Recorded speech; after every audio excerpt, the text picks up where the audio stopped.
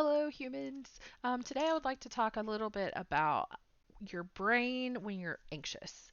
So, I like to use a hand model. So, let's pretend this is our brain. Here we are. So, this part down here, where our brain stem is, I like to call this the reptile part of our brain. And so this part is responsible for doing the things that keep us alive. So all those things we don't have to think about. So our heart beating, our breathing, blinking, digestion, reproduction. So all the things that we don't have to think about in our bodies. That's what this reptile part of our brain does. And I'm thankful for that. I'm thankful I don't have to think about digesting my food after I eat it. My body just does it for me. And so then we come up here, and in the middle here, I like to call this the mammal part of our brain. And this is the alarm center. So it tells us when there's danger or something's going on. And so this part of the brain is responsible for feelings and putting feelings and those memories together, especially strong feelings like fear or anger. So this says, hey, there's something wrong, there's something wrong. So this is our alarm center.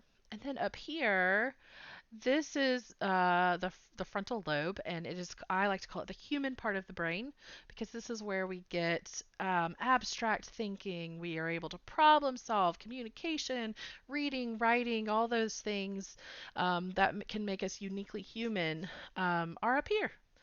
And this is our thinking cap, our smart brain. Now, when we are anxious, and we get up, like our anxiety rises, maybe it starts at a 2 and it's going up and it's going up and it's going up. When we hit about an 8, that's when our alarm starts going off. So our lid, our smart brain flips and it's like, nope, I'm not going to use you. You're not important. What's important is staying alive. And so your body and your brain is telling your body, hey, there's danger. You need to do something. It's saying, hey, help, help. It's like a smoke detector.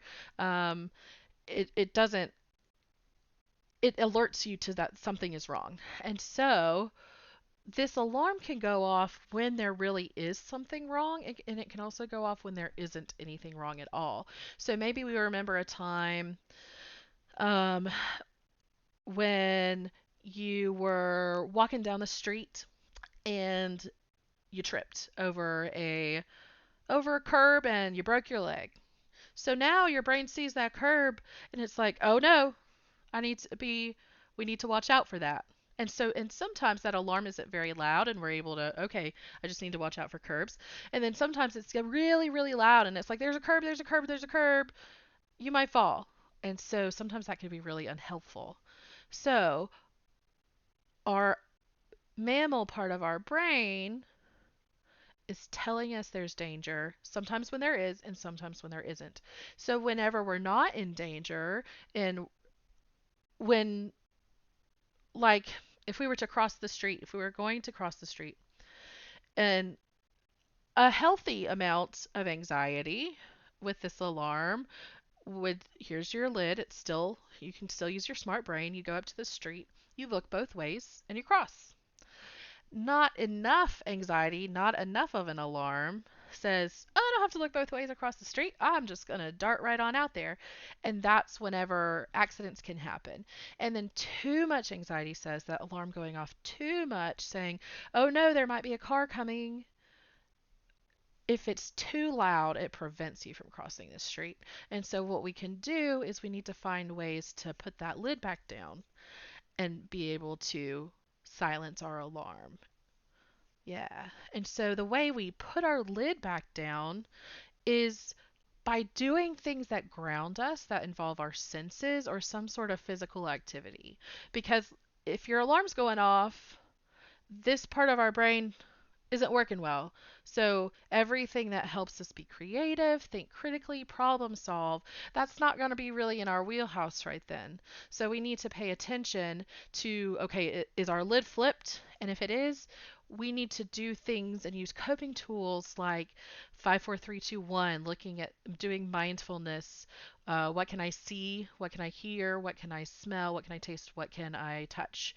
So finding things that are right around you in that moment to calm you down. It could be jumping up and down in a square. It could be doing some jumping jacks. It can be closing your eyes and taking some deep breaths.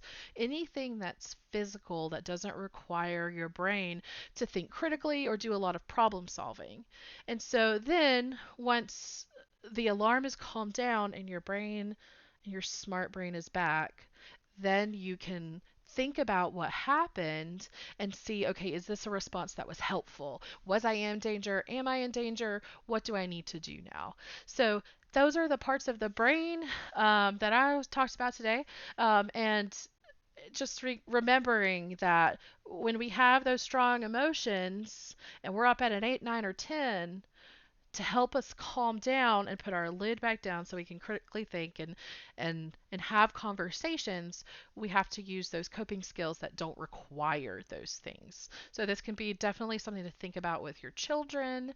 If they're having a meltdown and you're trying to reason with your child, you can't really they don't have the capability at that moment to do that. So they're going to need to calm down and put their smart brain back on to let this alarm silence the alarm before they can have a really good conversation with you, or you can have a really good meaningful conversation with them. So if your child is escalated, they're throwing a fit, they're yelling, it's not a time to have a conversation. It's like, okay, go to your room, go to the corner, do something, calm down, and then we'll talk about it. That'll save you and your child a lot of frustration. So have a great day.